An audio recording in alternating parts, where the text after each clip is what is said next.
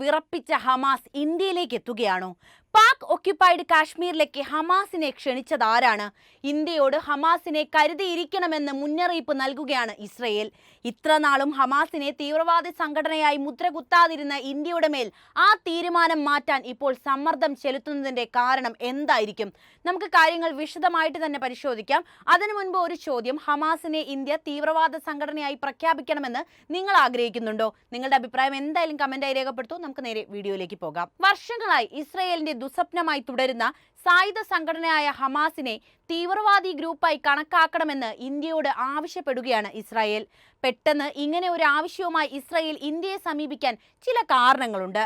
അതിൽ ഏറ്റവും പ്രധാനപ്പെട്ടത് ഇന്ത്യക്ക് സമീപം ഹമാസ് എത്തിയെന്ന വാർത്തയാണ്. പാകിസ്ഥാൻ ഒക്യുപ്പൈഡ് കാശ്മീരിൽ അവർ എത്തിക്കഴിഞ്ഞു. ഇന്ത്യക്ക് വിരുദ്ധമായ പല കാര്യങ്ങളും ഹമാസ് അവിടെ നടപ്പിലാക്കുമെന്ന മുന്നറിയിപ്പ് കൂടിയാണ് ഇസ്രയേൽ ഇന്ത്യക്ക് ഇതിലൂടെ നൽകുന്നത്. ഇതിനു മുൻപ് തന്നെ, അതായത് മാസങ്ങൾക്ക് മുൻപ് തന്നെ ഹമാസ് ഇന്ത്യക്ക് സമീപം വരുന്നു എന്ന വാർത്തകൾ വന്നിട്ടുണ്ടായിരുന്നു. ഹമാസ് ഒരു സായുധ സംഘടനയാണ്. ഗാസ സ്ട്രിപ്പിൽ അധികാരം പുലർത്തുന്ന, നിരന്തരമായി ഇസ്രയേലിനോട് പോരടിക്കുന്ന, പലസ്തീൻ ജനതയ്ക്ക് വേണ്ടി സംസാരിക്കുന്ന ഒരു സായുധ സംഘടന.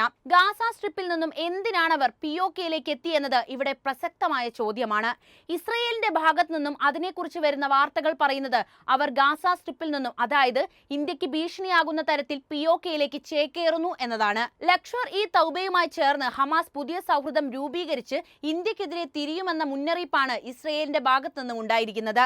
എന്നാൽ ഇന്ത്യ ഹമാസിനെ ഒരു തീവ്രവാദി സംഘടനയായി ഇതുവരെ പരിഗണിച്ചിട്ടില്ല എന്നതും ശ്രദ്ധേയമാണ്. ഗാസയിൽ പുതിയ വെടിനിർത്തൽ കരാറിനെ കുറിച്ചുള്ള ചർച്ചകൾ സജീവമായിരിക്കെയാണ് ഹമാസിനെതിരെ പുതിയ നീക്കവുമായി ഇസ്രയേൽ രംഗത്തെത്തുന്നത്. ഹമാസിനെ ഇന്ത്യ ഭീകര സംഘടനയായി പ്രഖ്യാപിക്കണമെന്ന ആവശ്യമാണ് ഇസ്രയേൽ ഇപ്പോൾ ശക്തമാക്കുന്നത്. കഴിഞ്ഞ മാസം കശ്മീർ ഐക്യദാർഢ്യ ദിനത്തിൽ നിരവധി ഹമാസ് നേതാക്കൾ പാക് അധീന കശ്മീരിൽ എത്തിയെന്ന് നേരത്തെ തന്നെ റിപ്പോർട്ടുകൾ ഉണ്ടായിരുന്നു. ഇത് മുൻനിർത്തിയാണ് ഹമാസിനെ ഭീകര സംഘടനയായി ഇന്ത്യ പ്രഖ്യാപിക്കണമെന്നും നിരോധിക്കണമെന്നുമുള്ള സമ്മർദ്ദം ഇസ്രയേൽ ശക്തമാക്കിയിരിക്കുന്നത്. യൂറോപ്യൻ യൂണിയനും അമേരിക്കയും ഉൾപ്പെടെ നിരവധി രാജ്യങ്ങൾ ഹമാസിനെ ഭീകര സംഘടനയായി പ്രഖ്യാപിച്ചിട്ടുണ്ടെങ്കിലും ഇന്ത്യ അങ്ങനെ ചെയ്തിട്ടില്ല. ഭീകരവിരുദ്ധ പോരാട്ടത്തിൽ ഇസ്രയേലിനെയാണ് ഇന്ത്യ പിന്തുണയ്ക്കുന്നതെങ്കിലും ഹമാസിനെ നിരോധിച്ചിട്ടില്ല. 2023 ഒക്ടോബർ 7 ഇസ്രയേലിനെതിരായ ഹമാസിന്റെ ഭീകരാക്രമണത്തെ ശക്തമായി അപലപിച്ചപ്പോൾ പോലും ഭീകര സംഘടനയായി പ്രഖ്യാപിക്കാൻ ഇന്ത്യ തയ്യാറായിരുന്നില്ല എന്നതോർക്കണം. ഈ സാഹചര്യത്തിലാണ് ഇസ്രയേൽ വീണ്ടും സമ്മർദ്ദം ശക്തമാക്കുന്നത്.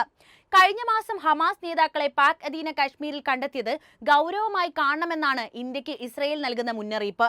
ഐക്യരാഷ്ട്രസഭ നിരോധിത ഭീകര സംഘടനകളായി പ്രഖ്യാപിച്ചിട്ടുള്ള ലഷ്കർ ഇ തോയ്ബ, അതായത് LET, ഷെയ്ഖ് ഇ മുഹമ്മദ്, JM എന്നിവയിലെ അംഗങ്ങൾ ഹമാസ് നേതാക്കളോടൊപ്പം POKയിൽ ഒത്തുചേർന്നത് ഇതാദ്യമായിരിക്കുമെന്നും സാഹചര്യം സൂക്ഷ്മമായി നിരീക്ഷിക്കണമെന്നും ഇസ്രയേൽ മുന്നറിയിപ്പ് നൽകുന്നതായും റിപ്പോർട്ടുകൾ പറയുന്നു. മുംബൈ ഭീകരാക്രമണത്തിന് പിന്നിലെ ശക്തികളായ ലഷ്കർ ഇ തോയ്ബയെ ഇസ്രയേൽ നിരോധിച്ചിട്ടും ഇസ്രയേലിൽ ഭീകരാക്രമണം നടത്തിയ ഹമാസിനെ ഇന്ത്യ നിരോധിക്കാത്തത് അനുചിതമാണെന്ന അഭിപ്രായമാണ് അവർ ഇപ്പോൾ മുന്നോട്ട് വെക്കുന്നത്. പാകിസ്ഥാനിൽ കാശ്മീർ വിഘടനവാദികളുടെ യോഗത്തിൽ ഹമാസ് പ്രതിനിധികൾ പങ്കെടുത്ത സാഹചര്യത്തിൽ ഇന്ത്യ ഹമാസിനെ നിരോധിക്കാൻ ഇനിയും വൈകരുതെന്നാണ് ഇസ്രയേൽ മുന്നോട്ട് വെക്കുന്ന ആവശ്യം. എന്താണ് ഹമാസ് എന്നുകൂടി ഇവിടെ പ്രതിപാദിക്കണമെന്ന് തോന്നുന്നു. ആരാണ് ശരിക്കും ഇസ്രയേലിനെ വിറപ്പിക്കുന്ന ഹമാസ്? ഫലസ്തീനിലെ ഗാസയിൽ ഭരണം നടത്തുന്ന ഒരു രാഷ്ട്രീയ സൈനിക കക്ഷിയാണ് ഹമാസ് എന്നറിയപ്പെടുന്ന ഹറകത്തുൽ മുഖാവമത്തുൽ ഇസ്ലാമിയ. ഫലസ്തീൻ പ്രദേശങ്ങളിലെല്ലാം സ്വാധീനം ചെലുത്തുന്ന ഹമാസ് ഗാസയിലാണ് ഇപ്പോൾ കേന്ദ്രീകരിച്ചിരിക്കുന്നത്. ഫലസ്തീൻ പ്രദേശങ്ങൾക്കുള്ളിലെ പ്രബലമായ രാഷ്ട്രീയ ശക്തിയായ ഇത് പരക്കെ കണക്കാക്കപ്പെടുന്നു. ഇസ്രയേൽ അധിനിവേശത്തിനെതിരായ ആദ്യ ഇൻതിഫാദ 1987 ആരംഭിച്ചതിനു ശേഷമാണ് അഹമ്മദ് യാസീൻ എന്ന മതപണ്ഡിതൻ ഹമാസിന് രൂപം കൊടുക്കുന്നത്. 1973 മുതൽ അതുവരെയും പ്രവർത്തിച്ചു വന്ന മുജാമഅ അൽ ഇസ്ലാമിയ, അതായത് ഈജിപ്തിലെ ബ്രദർഹുഡുമായി ബന്ധപ്പെട്ട സംഘടന എന്ന സന്നദ്ധ സംഘടനയാണ് ഇത് ഹമാസുമായിട്ട് രൂപപ്പെടുന്നത്. 1990കളിൽ PLOയും ഫത്തഹ് പാർട്ടിയും ദുരാഷ്ട്ര പരിഹാരം അംഗീകരിച്ചുവെങ്കിലും ഹമാസ്, PFLP തുടങ്ങിയ സംഘടനകൾ സായുധ വഴിയിൽ തന്നെ തുടർന്നു പോന്നു. 2006 ഫലസ്തീൻ ലെജിസ്ലേറ്റീവ് തെരഞ്ഞെടുപ്പിൽ ഹമാസിന് ഭൂരിപക്ഷം ലഭിച്ചു. 2007 ഗാസ മുനമ്പിന്റെ നിയന്ത്രണം ഏറ്റെടുക്കുകയും വെസ്റ്റ് ബാങ്കിൽ നിന്ന് പിന്മാറുകയും ചെയ്തു. 2007 മുതൽ ഇസ്രയേലിനും ഹമാസിനുമിടയിൽ നിരവധി ഏറ്റുമുട്ടലുകളാണ് ഉണ്ടായിട്ടുള്ളത്. ഹമാസ് എന്നും ഇസ്രയേലിനെ സംബന്ധിച്ച് പേടി സ്വപ്നമാണ്. കഴിഞ്ഞ ഒരു വർഷമായി പശ്ചിമേഷ്യയിൽ യുദ്ധമുണ്ടായതും ഹമാസ് ഇസ്രയേൽ പ്രശ്നത്തിന്റെ പുറത്താണ്. ഹമാസിനെ നശിപ്പിച്ചാൽ മാത്രമേ യുദ്ധം അവസാനിപ്പിക്കൂ എന്നത് എന്നതായിരുന്നു ഇസ്രയേൽ പ്രധാനമന്ത്രി ബെഞ്ചമിൻ നെതന്യാഹുവിന്റെ പ്രഖ്യാപനം. മുതിർന്ന നേതാക്കളെ എല്ലാം വകവരുത്താൻ ഇസ്രയേലിന് സാധിച്ചുവെങ്കിലും ഹമാസിനെ ഗാസയിൽ നിന്നും തുടച്ചു മാറ്റാൻ അത്രത്തോളം എളുപ്പമല്ലെന്ന് പിന്നീട് ഇസ്രയേലും അമേരിക്കയും മനസ്സിലാക്കി. അതിനുശേഷമാണ് ഗാസ ഏറ്റെടുക്കലുമായി അമേരിക്ക മുന്നോട്ട് വന്നത്. Australia, Canada, Israel, Japan, New Zealand, United kingdom and United States of America, European union എന്നീ രാജ്യങ്ങളൊക്കെ തന്നെ ഹമാസിനെ ഒരു തീവ്രവാദി ഗ്രൂപ്പായിട്ടാണ് പ്രഖ്യാപിച്ചിട്ടുള്ളത്. ഈ കൂട്ടത്തിൽ ഇന്ത്യ ഇല്ല എന്നത് ഓർക്കണം.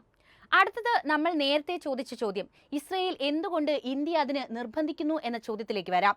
കഴിഞ്ഞ കുറച്ച് നാളുകളായിട്ട് നമ്മൾ ഇസ്രയേലിന്റെ ഭാഗത്ത് നിന്ന് നോക്കുമ്പോൾ ഇസ്രയേലിന്റെ ലക്ഷ്യം ഏകദേശം പുറത്തു വന്നിട്ടുണ്ട്. വെടിനിർത്തൽ കരാറിൽ ഒപ്പുവെച്ചിട്ട് ഗാസയിൽ സമാധാനം പുനഃസ്ഥാപിക്കുക എന്ന വഴിയിലൂടെ ഇസ്രയേലും അമേരിക്കയും കൂടി ഒളിച്ചു കടത്തിയത് ഫലസ്തീനുകാരെ എന്നേക്കുമായി ഗാസയിൽ നിന്നും തുരത്തി ഓടിക്കുക എന്ന മോഹമാണ്. നമുക്കറിയാം, ഗാസയെ അമേരിക്ക ഏറ്റെടുക്കുകയും ശേഷം ഗാസയെ ഒരു ഗൾഫ് മോഡൽ, അതായത് ദുബായ് സിറ്റി പോലെയുള്ള ഒരു വലിയ സിറ്റി ആക്കിയിട്ട് മാറ്റുകയും ചെയ്യുക എന്നാണ് അമേരിക്കയുടെ ലക്ഷ്യമെന്ന് അമേരിക്കൻ പ്രസിഡന്റായ ഡൊണാൾഡ് ട്രംപ് പ്രഖ്യാപിച്ചിട്ടുണ്ട്. ഇതിലൂടെ ഇവർ പ്രഥമമായിട്ട് ലക്ഷ്യമിടുന്നത് ഹമാസിനെ അവിടെ നിന്നും ഇല്ലായ്മ ചെയ്യുക എന്നതാണ്. അമേരിക്ക ഗാസ ഏറ്റെടുക്കുന്നതിന് ശേഷം ഗാസയുടെ മുഖം എങ്ങനെയായിരിക്കുമെന്ന തരത്തിലുള്ള ചിത്രങ്ങളടക്കം ട്രംപ് ലോകത്തിന് കാണിച്ചു കൊടുക്കുകയും ചെയ്തു. മാത്രമല്ല, ഇസ്രയേലിന് തലവേദനയായ മറ്റൊരു കാര്യം കൂടിയുണ്ട്. ഐക്യരാഷ്ട്ര സഭയായാലും ഹമാസിനെ തീവ്രവാദ സംഘടനയായി അംഗീകരിക്കാത്തവരാണ്. UN പോലും ഇസ്രയേലിന്റെ ആവശ്യം ഇത് തന്നെയാണ്. ഇസ്രയേലിന്റെ വിദേശകാര്യമന്ത്രി അതിനുവേണ്ടി UN പലതവണ സംസാരിച്ചിട്ടുമുണ്ട്. ഈ ഒരു ഘട്ടത്തിലാണ് ഇന്ത്യയുടെ പ്രധാനപ്പെട്ട ഒരു റോള് കടന്നു വരുന്നത്.